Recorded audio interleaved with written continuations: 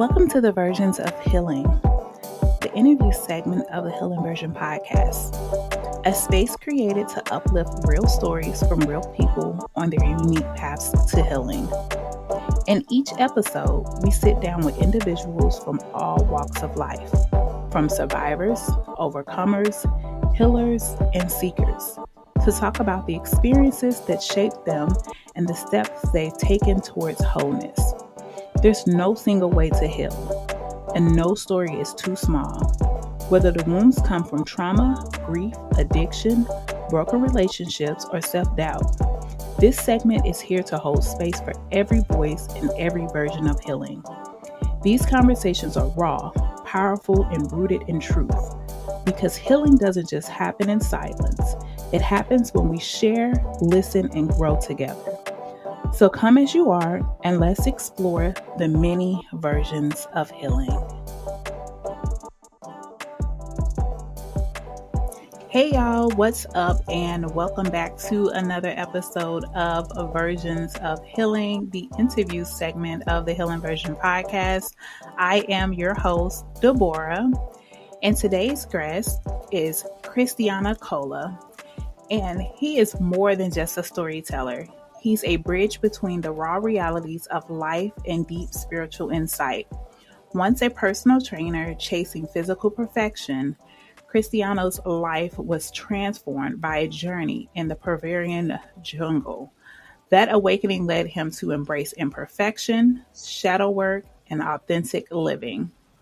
Through his unique blend of poetry, humor, and spiritual wisdom, he helps others explore healing, integration, and transformation. Get ready for an honest, inspiring, and deeply human conversation. Thank you so much for being here, Cristiano. How are you today? Thank you so much for having me, Deborah. And it's a pleasure, and I'm doing really well. Awesome. So I want to dive right into your background and transformation. You began your journey as a personal trainer. What did perfection mean to you back then, and how has that definition changed today? Yeah, so I used to live in Australia. Now I'm based in Italy, and I used to do personal training. I did that for 4 years. And to me, perfection was chasing body composition perfection. So personally, it meant to have a six pack, to have broad shoulders, and to have good arms, proportionate body, and that was my job. So I used to coach people to get physical results, and in the context of performance, and that was that's what perfection was to me. So my life, my mindset, my thought patterns, my behaviors, it was all my life was revolving around chasing that level of perfection, until I discovered there's no such thing, because it's always a chase, and that's never ending. We always want more and more as human beings. So at that point, I was emotionally and mentally struggling on other aspects of my life, and that's part of why I ventured in the jungle and to work with ayahuasca to really try to get to the root of my trauma and take my healing seriously.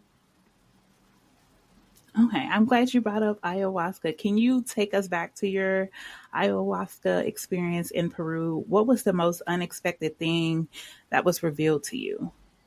Yes, so I went to South America in November 2024, and I decided to work with ayahuasca, which is a psychedelic. There's DMT in it.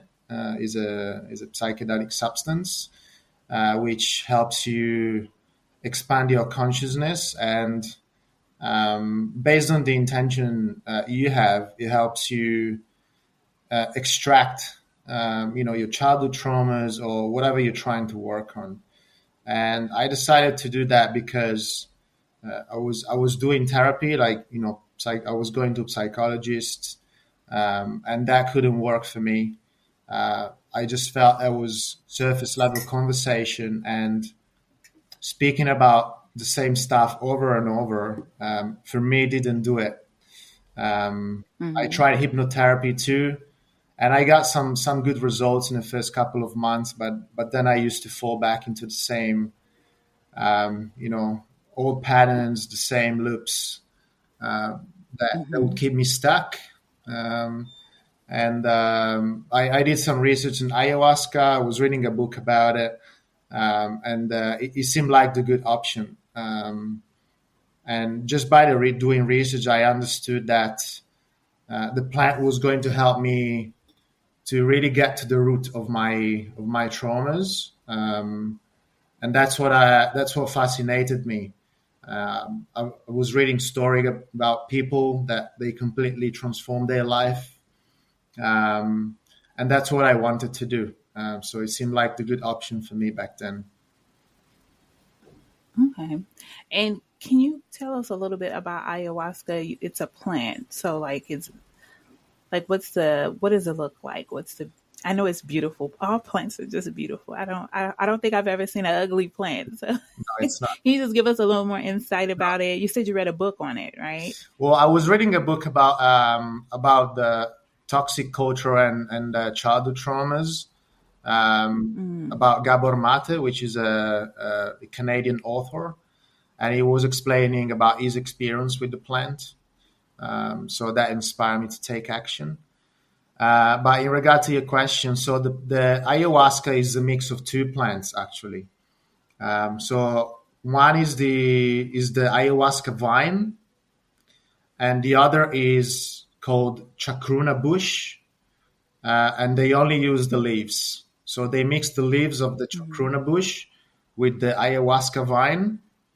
They boil it together for a few hours, and at the end, they extrapolate this sticky reddish liquid, which is then used in the ceremonial space, and you get to drink that. Not too much, just Mm. like a shot glass.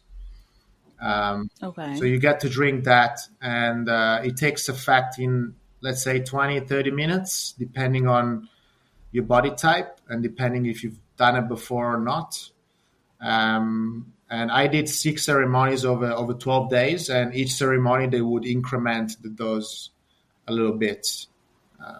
So So so you mentioned childhood traumas. So what are some things, or would you share some things with the audience and myself about what you found out? Like, did it make you go deep within and like reveal things that you maybe have forgot about? yes and no. I was before I went. My intention were really clear. I had clear intentions because I worked beforehand with one of the facilitators that would run the retreat.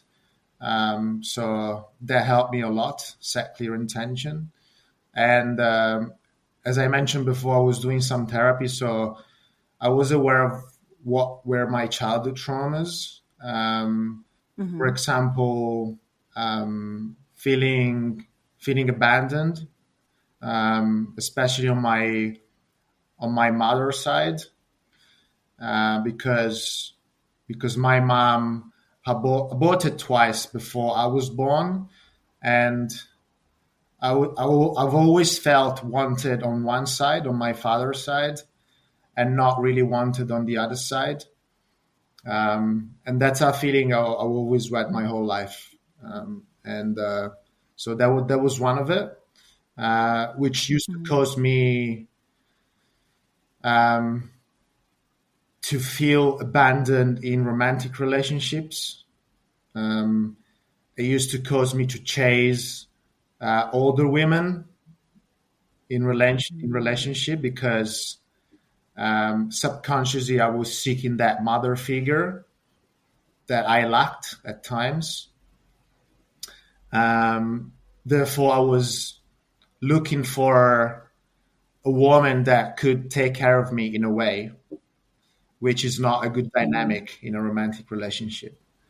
Um, so that was one of it, and lots of it around my sexuality, my cultural imprinting. Like again, in regards to how I would approach women or romantic relationships in general. Uh, Mm-hmm. and that's because I've grown up in Italy, and there are strong beliefs and I would say ruptures between the role of the man and the role of the women in society. It's really traditional and sometimes toxic, and it's a belief. It's like some beliefs I absorbed, but they were not part of me. So I was enslaved by those beliefs, and ayahuasca really supported me in getting to the roots of those beliefs and like extrapolating them from my mind, Mm-hmm. like I was like pulling weeds out of my garden. Wow. That's powerful. I'm so glad you went into the romantic relationships because I'm sitting here, I'm like, I'm gonna ask about romantic Yeah, relationships because sure. I know like that that childhood wound of abandonment I can relate to. So mine was the opposite. I felt abandoned by my father, so I did the same thing, chase after men, and especially when a man showed me like something that I really wanted, that I like protection. It was like, oh my God, like a man's finally protecting me. I have to keep him. And that's really what like took me into my whole healing journey. I had to figure out, okay, why did this particular relationship trigger me in the way that it did to where I couldn't let go? And I'm like chasing this man, and because I had never been a chase type, like I'm like, I don't chase a man, but for whatever reason, I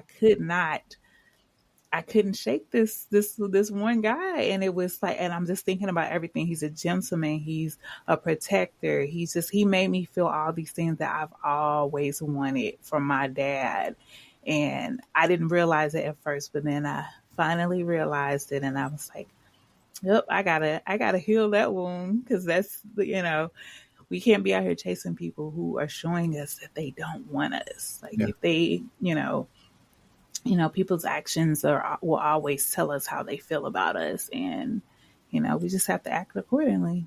Did you get to a point? So that leads me into my. I'm sorry. Go ahead. Did you get to a point that you feel disempowered by that dynamic, by him protecting Did I you, feel like, this? and then you couldn't let go?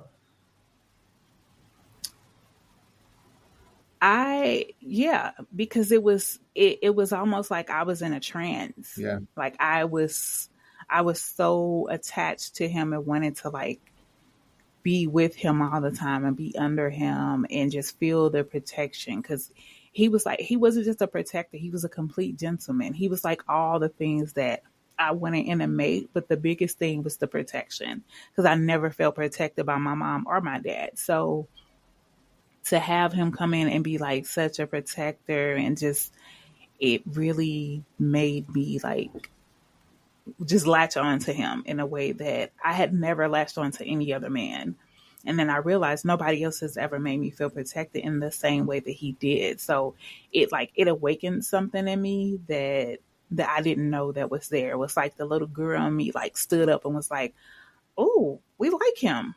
Keep him around." That's like how it felt. So it was really like the little girl in me was happy with him, but the adult me was just like, I don't think he's right for us. Mm, So it was a battle between between the child yeah. and the adult version of me. Yeah. Yeah. So and then then it would what would happen was he would ghost me, or he would start give like breadcrumbing, and so then the little girl would be upset, Mm, and she would be triggered, and she'd be sad because it's like, oh man, like he's abandoning us. He's not. And even if it wasn't him like abandoning, or just if he didn't answer the phone call, I didn't talk to him all day. Now it's like, oh my God, is he leaving us? Like if he, so yeah, I'm like, I can't live like this. Like this is not, it's not good for my nervous system. So I like the way you yeah. talk in plural to your inner child. That's really, I do the same. So Yes. when I write, I think once you start healing that inner child, like you include the inner child, yeah, because the inner child is there. That's one thing I try to stress to my audience is like that. I feel like all of us have some type of childhood wound, whether we realize what it is, or try to heal it. It's completely up to us. But we have like a lot of the stuff that we revert back to, and a lot of our behaviors, especially those childlike behaviors, are because of those childhood wounds. yeah. So I think unfortunately, at the same time, we are responsible for our own healing. So yeah. it wasn't our fault Yes, in the somebody beginning, but it's our responsibility now. So yeah, absolutely. I did an interview with someone. I don't remember. I've done so many interviews, but it made me think about this conversation. Made me think about it. But she basically said that when you're picking a mate, or you're dating someone, or you're doing anything, think about the child version of you standing beside you, and you're holding their hand. Would you be okay doing those things, or picking that mate for that child? And I was like, ooh, Ooh, that's good. yeah, That's good. So like I've kept that in my mind, and I'm like, I'm gonna use that. Like that's really good, yeah. because it makes you have that accountability. So But I think it's yeah. good that we need to go through those, you know, type of relationships to like Yes. they awaken us if you pay attention, obviously, Mm-hmm. and if you have the willingness to grow, then Yeah. they're just a mirror. So if you have, They're supposed to happen. yeah, What you do with it is up to you. I'm thankful absolutely, for it. I've even thanked him, and he's like, "What?" I'm like, "Thank you." Like, thank you for like showing me a side of me that I didn't know existed. He'd be like, "Yeah, whatever." So yeah, like, hey, yeah, you don't even know. You helped me in a way that I didn't know that I needed help, and it was crazy. I was just like, I started journaling, and I was just like write out all my feelings. And then just like one day it was like, boom, abandonment. I'm like, abandonment. Let me look into that. I was like, ooh, that's me. yeah. That speaks to me. So yeah, I'm definitely interested in the plant. So is this plant only found in Peru, or is it something that you can find The anywhere plant is else? it's found in Peru and the other regions in South America like Brazil, Ecuador, Mm-hmm. um, Colombia. Yeah, like those are the main four. Um, Okay. I mean, I guess they export it, but it's not the same experience. You never know. Yeah. You never know who you're dealing with. So I think it's Right. if you're planning to do it, then I would highly suggest that you look into a legit temple, because Mm-hmm. these days there are lots of people that they commercialize it. They do it for business, not because they really want to heal people. So the place I Right. went, like they have an application process. They need to accept you, so you know that they are doing the right things. And yeah, my experience there Mm-hmm. was absolutely fantastic. Nothing to say. Best people in the world. So that's essential when it comes to choose where to go to do ayahuasca or any psychedelics, because psychedelic it's a powerful healing tool, and it must Mm-hmm. not be done alone. So Yeah. I need to get to the jungle anyway. Like I love outside and nature. Like I'm just like I would probably be like a kid in the jungle. I can just feel like yeah, I can just see me now. Like I love going to the park, so I can only imagine like being in the jungle. Like that would be so cool. I've never thought about that. it's Thank you for opening up my expectations of seeing more of nature. My pleasure. Do you have keep your expectations high because they're gonna be met. So um, the jungle is fantastic. It's just paradise. And, And see, I have my passport. I'm in the States, so yeah, I have my passport, and I haven't done anything with it. Going to the jungle for the first time, like for my first experience, would be just. I'm gonna look into it. yeah. I'm excited now. I mean, you got So some pretty I cool want to go places in into. the US. What'd you Got say? some pretty cool places in the US, like nature. Yes, we do. Do we Yeah, have any jungles though? I I don't don't think think we have any so. jungles. Yeah, like I want to experience, like, because you see the jungles in the movie, and it's like, oh, that's pretty cool. Like Yeah, it's a lot going on. I might be a little scared, anaconda or something to pop out, but other than that, and I'm down just some for it. little monkeys playing with your hair. That's all.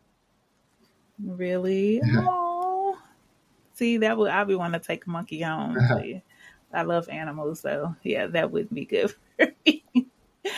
I kind of want to go into like shadow work because I think a lot of people are when they hear the word shadow work, they think of like this deep, dark, demony type thing. And can you give me your definition of shadow work Yeah.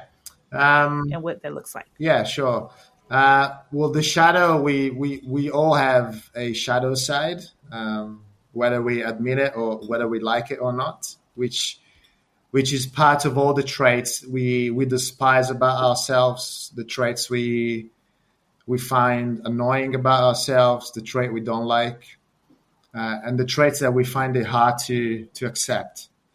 Um, and most of the times, these traits are the same traits that we don't like in other people too.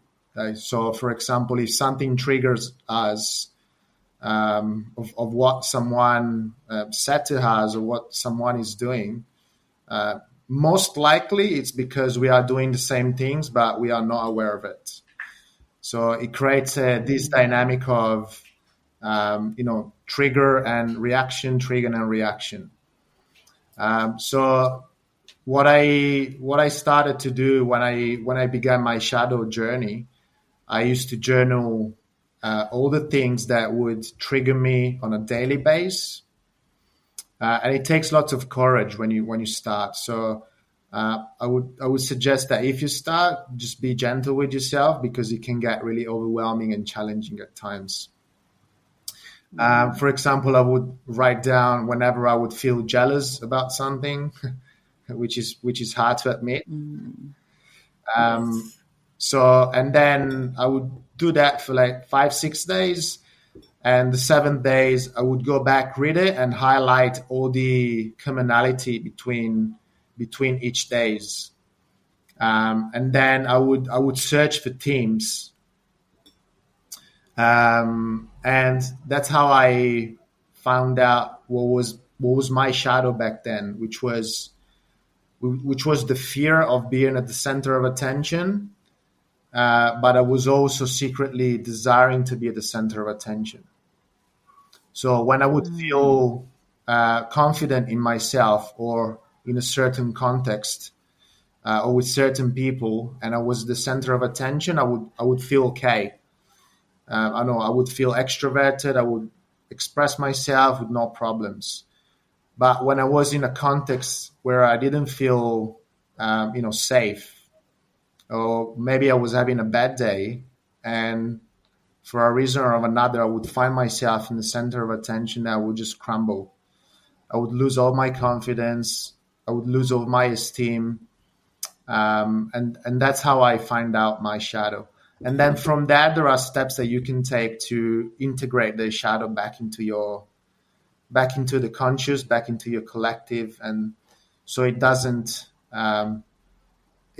deprive you from your potential, and it doesn't deprive you from showing up fully in life, like as a whole person.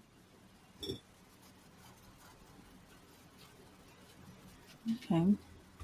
That's really good. I like that. That was a really clean cut, understandable definition and reality of what shadow work is. because I think the word shadow kind of scares people, and it's just really a mirror. That's what shadow work is. Yeah, It's a mirror looking within and seeing like what you have within you that you're putting on to other people. Because it's yeah. So yeah, it can be a I like projection. that. I have a shadow work journal. I think it's really good. If you find a shadow work journal, they have some really good ones on Amazon. It asks you questions that you have to that really brings out like those insecurities and those things that you don't like. And some of my stuff, I just got one sentence because I'm just like, oh my goodness, what are you asking me? Yeah. So Yeah. yeah. Do you have any one of those books that you recommend? Because I was looking into updating myself and my shadow work. So.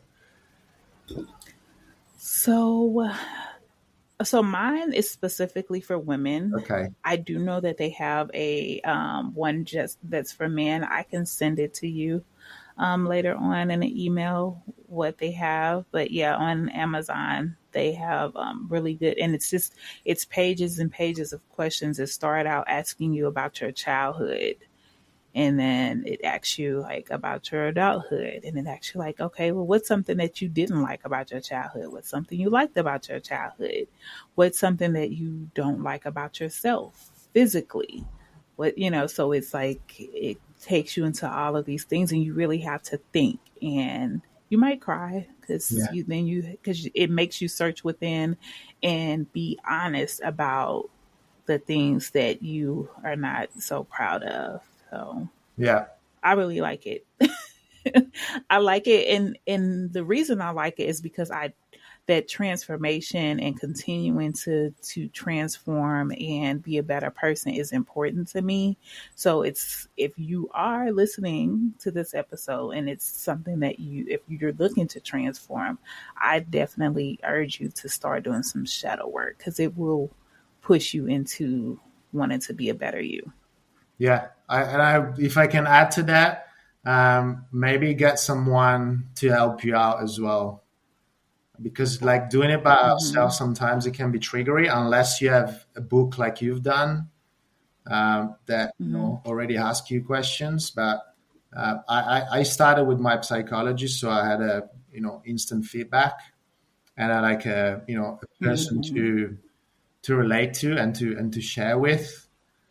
Because sometimes if you're by yourselves and you have to, it takes courage to do shadow work. So, and you have to be really Yeah. honest. There's no beating around the bush. Like it needs to be honest.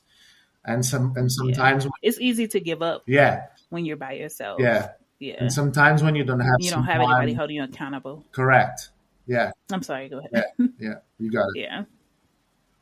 No, Sorry. it's okay. But yeah, I didn't start out by myself. I started out with my cousin. Okay. We ordered the books together, and she actually started before me, and she was just like, she was like, just have your tissue ready. And I'm like, have my tissue ready? What? And now you got me scared. Now I don't want to open the book. But, I went ahead and I opened it, and I found out very early that I was angry at my parents. Like I was angry, and I'm just like, oh my goodness. Like I didn't know like that I was just like being honest with all the questions. I found out that like I was not happy with with them in like my childhood. And I think it's something I put in the back of my mind because I'm just like, oh, my mom, she did the best she could, but I had to be honest. Like, did she really do the best she could? Like, what are some things that, could have been different? Like, and it was just, yeah, that's how I really found out about a lot of the things that just like has been helping me go through and be honest with myself with my healing journey is the shadow work. Like it's if you want to start your journey, that's like the best place to start because it gives you the foundation for the things that need to heal. Yeah. And shadow touches on different aspects. So you touch on the relationship with parents. So that's a big one that Hmm. will come up for sure. But shadow can touch you professionally, it can touch you, sexually, personally, all the aspects of your lives. And that's why it's so Yeah. important. Yeah, it even asks. So mine is specific to Black women. It's shadow work for Black women, and it specifically asks questions like, "Well, how do you like? What do you feel, or what do you despise about like other races? And like, what do they like? Do you feel like they have like more advantages than you? Why? Why do you feel that way?" So like I really like it because it like it pulls out, and I mean it's for me. Like of course I go back and read it, but it's if you do decide to go into therapy, and if you have a great therapist, these are things you'll talk to them about. Yeah. Like they're the homework and the things they get you to pull out and write this down. I stress to my audience all the time, journaling is like my best friend. Yeah. I will journal and write, and I don't know, I feel better afterwards, and after I cry. Did I cry and you feel better too. did you get to know what's your shadow? If you had to give it a name, And no, I've not given my shadow a name. No. Because when I think of my shadow, I think of my shadow as like so many levels of yeah. things. Because it's like the childhood stuff, and then it's the teenage stuff, and they're not the same, and then it's even the adult stuff. So it's like, But do I what's the give main theme that's running your life? the main thing? I would The say main I would have aspect of your shadow that's running your life. abandonment. Abandonment. Yeah, I think even when I think that I'm no longer affected by it, I'll get triggered and I'm like, oh, that thing is still there.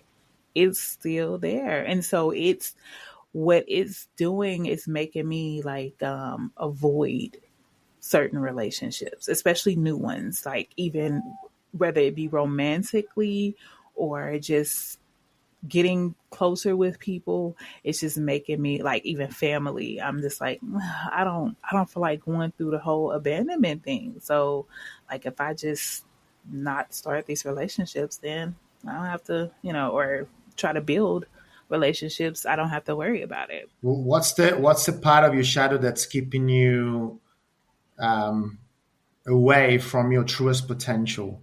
That's a better question. Because I think abandonment, I mean, for me, it's more related to my inner child more than my shadow. Hmm. But if I I think overthinking. overthinking, Yeah, I think overthinking is like a stumbling block for me because I will overthink myself out of stuff. I'll be like, no, that like even with like career moves, and there's things that I want to do. Like I counted the other night. I have between 7 to 8 different ways to make income, and I'm not making any from any of them. Like I'm not making any income from any, and I'm just like, how is this like happening? And then I'll start working on something, and then I'll be like, well, if I do this, then this will happen, and then like I'll overthink myself out of those things. But I will say, podcasting, the passion that I have for podcasting has been something that I've not like the level of passion that I have for it, I'll say I have not had for anything else in life. yeah. Especially when it comes to like working for other people. Like this is my passion. Helping people heal, making like helping people realize like what things they need to heal from, just being transparent, and just like I don't have nothing to keep a secret about. Like I am so passionate about being honest with people to where they're like, dang, if she can do it, if she's saying that's what happened to her, then I can do it too.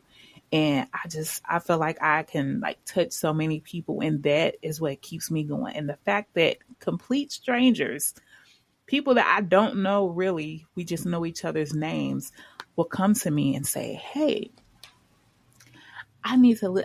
What's your podcast? I'm gonna listen to it because I love your spirit and your energy. You have such a calming spirit." And I'm just like, "Do I?" Because in my mind, it's chaos.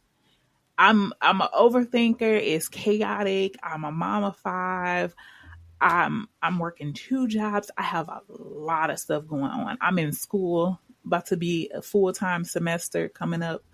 So it's like when people come to me and they say those things, I'm like, okay. So it really keeps me going, but I think if I can get out of the overthinking of it and self-doubt is probably a better way of looking at it. I can I can really prosper and Yeah, do well in this space. yeah, I can relate to that so much because I used to be a chronicle overthinker. I used to make, still to this day, sometimes everything becomes logical. So Hmm. I'm learning how to tune in with my body and really listen to the somatic feelings in my body.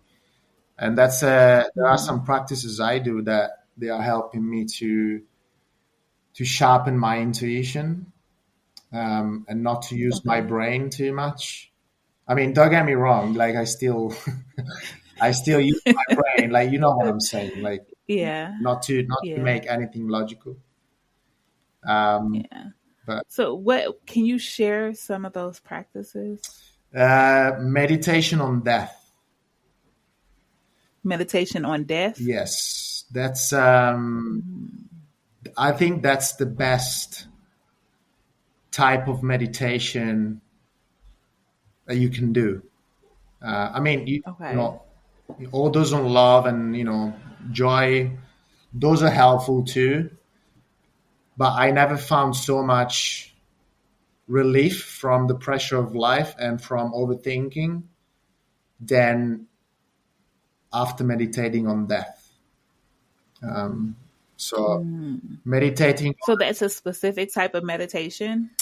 Yes, there is one that I will lay down in my book because I'm writing a book. So there's one I've put in the book, which step by step. Um, but also meditating on death would help you understand what really life is about, and it will take you closer to the truth. So it will take you closer to your Mm. authentic self. And that's why it is Okay. helping me to get out of my brain and get into my body, because there's no escape from death. We're all gonna die at some point. So that you can't Absolutely. be making that And you can't be making that a logical process. Like you can't overthink that. You cannot tell mhm. yourself, "Oh no, I'm not gonna die." You can be the wealthiest Nope. person in the world, that you're still gonna die. So um, Yep.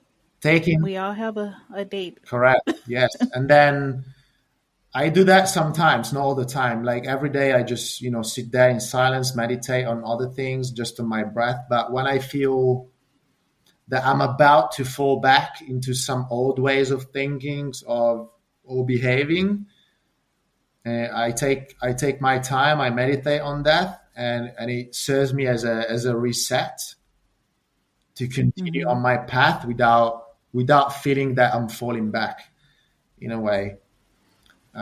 So there are longer meditations, shorter ones, but even just sitting there and thinking what death means to you, it can be as simple as that.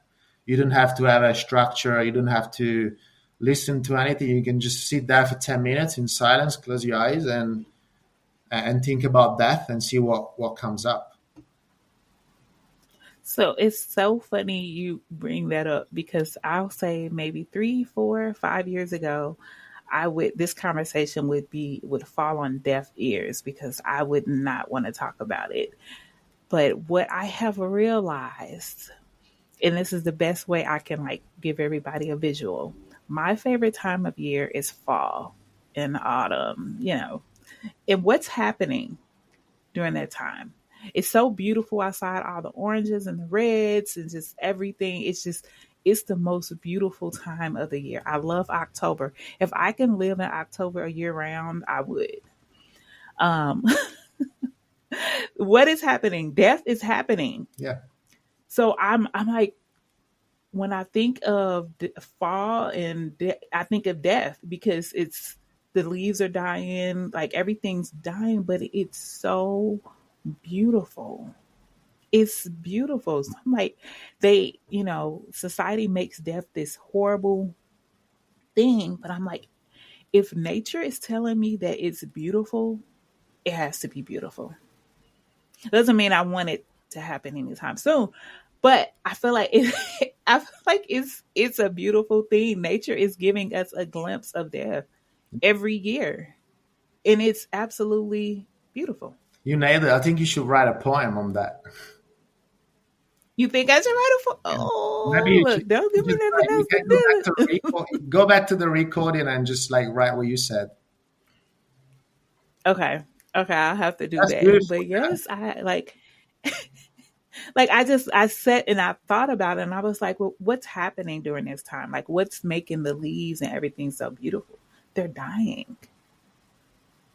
Yeah. Yeah. So Well, reality, that's my death spiel. yeah, to me, death is happens every day when we go to sleep and we wake up. Because when we are not conscious of our body and when our dream mind takes over, our soul in a way leaves our body and the spirit is wandering somewhere and that we don't know, and then we wake up in the morning like Hmm. nothing happened.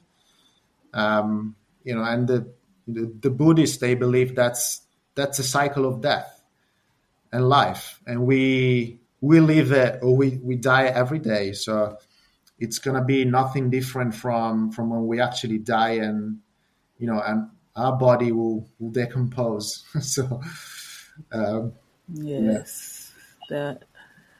The dream world. Oh my goodness. It was one point in my life where I was having no dreams. Like I went years without dreaming. And then I have 7-year-old twins. And it was like, as soon as I got pregnant with them, I started having all these crazy dreams.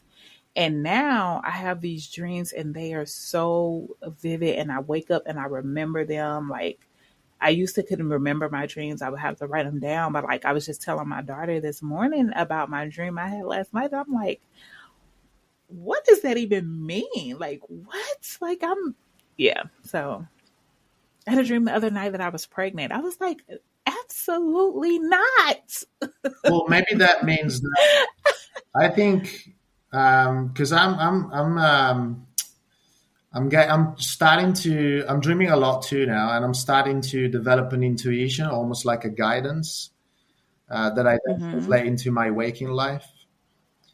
So the fact that you're pregnant might means that maybe it's not a baby, but maybe something in gestating within you, and you will give, birth to something, maybe not in a human form. Maybe your postcard will take over and just blew That's out. what I was thinking. Maybe it's That's maybe touch and there you agree. go. Maybe That's exactly what I interpreted. I was like, I feel like it's me being pregnant with something successful and giving birth to something like something great, something grand, not in human form. Because that's what I think. I think pregnancy dreams are. They are like giving birth to something, and it's something new. Doesn't have to be a baby, but it's something new. So well something meaningful to you for sure. That yes.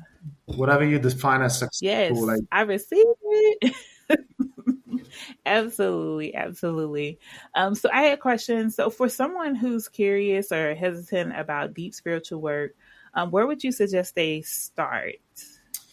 I would suggest they start um, to observe where they at emotionally, physically, mentally, to pay attention to both the inner world and the external. So to not to be afraid to sit with themselves and observe each emotion as they are without identification. So let them come, let them do what they need to, and then let them go without identify with them. Whether it's joy, whether it's fear, it's no difference. Don't identify with it. And at the same time, pay attention to your external. So pay attention to who's around you. Pay attention if the right people are supporting you or they are draining you, and make some decisions. Mm-hmm. So I think that's a better place to start. And then obviously, talking to a therapist, talking to professionals. You don't have to go straight into psychedelics. So just be gentle with yourself. Reach out to, again, professionals. Sometimes it's better not to talk with family and friends because they create some sort of projection dynamics which are not helpful in some cases. So that's the Mm-hmm. place I would start. Absolutely. What is one message you hope listeners will take away from our conversation today?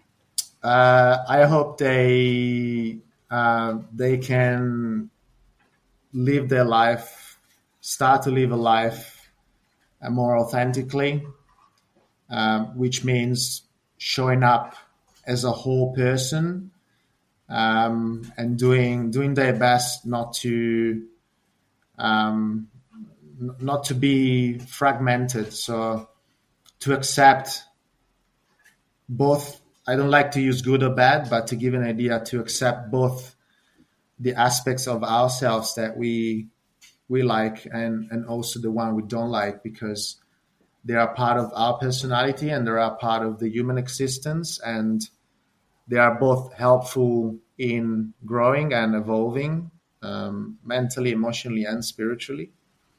So I hope the listeners will start to live a more authentic life.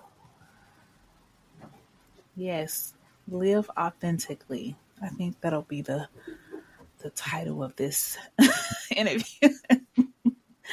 Be authentically you. Yeah. Thank you. Thank you. Christiane, can you please share with the listeners how they can reach you and also tell us a little about your book?